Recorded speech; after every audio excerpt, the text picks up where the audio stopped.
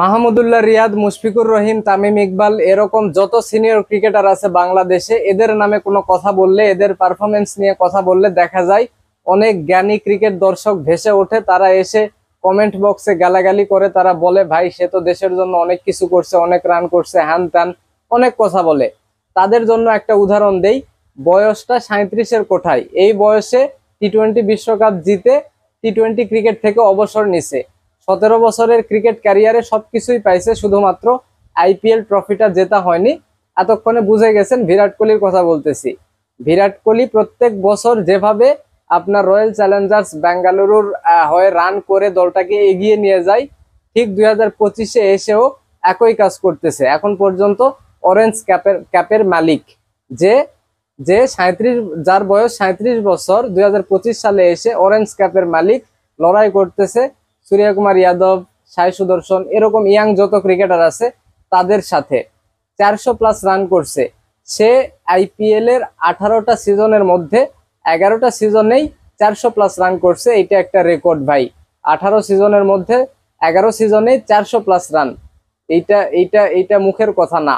হ্যাঁ, তো এইবার সে ট্রফির দেখা পাবে কি পাবে না সেটা নিয়ে অনেক আলোচনা আছে। যদিও এইবার দলটা খুবই ব্যালেন্স একটা দল, একদম ব্যাটিং বোলিং সব দিক থেকেই ব্যালেন্স। বলা হচ্ছে যে আইপিএল ইতিহাসের সবচেয়ে সেরা দলটাই, মানে বেঙ্গালুরুর ইতিহাসে সবচেয়ে সেরা দলটাই এবার তারা করছে। দেখা যাক এইবার ট্রফি জিততে পারে কিনা।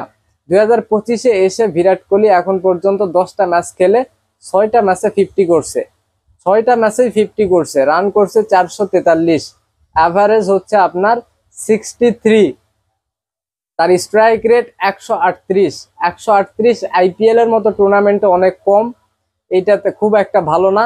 কিন্তু এই 138-40 স্ট্রাইক রেট বাংলাদেশি ব্যাটসম্যানদের জন্য স্বপ্নের মতো ভাই, বিশ্বাস করেন স্বপ্নের মতো। সে বাউন্ডারি মারছে আপনার হচ্ছে 4 ম্যাচে মোটামুটি 37টা, এবং আপনার ছক্কা মারছে মাত্র 13টা।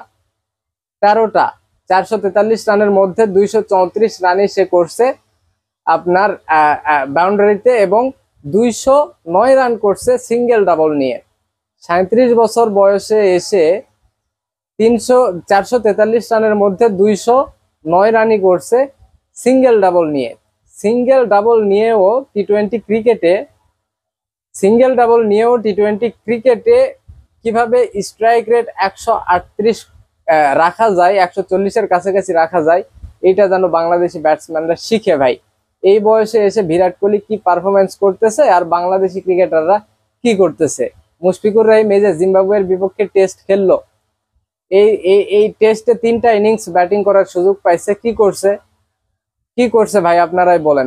এখন তাকে নিয়ে কথা বললে অনেকে এসে বলবে ভাই সে তো বাংলাদেশকে অনেক কিছু দিছে, তাকে তো তার সমালোচনা করে লাভ নাই, বা তার সমালোচনা করতেছেন কেন, এরকম অনেক কথা বলবে ভাই।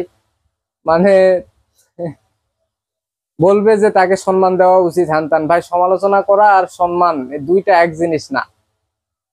সমালোচনা এক জিনিস, সম্মান আর এক জিনিস। সম্মান তাকে অনেক দেওয়া হয়, বাংলাদেশ ক্রিকেট দর্শকরা অনেক সম্মান তাকে দেয়। তাই বলে সে রান না করলে সমালোচনা করা যাবে না, সে সিনিয়র ক্রিকেটার বলে, এইটা আসলে ঠিক না।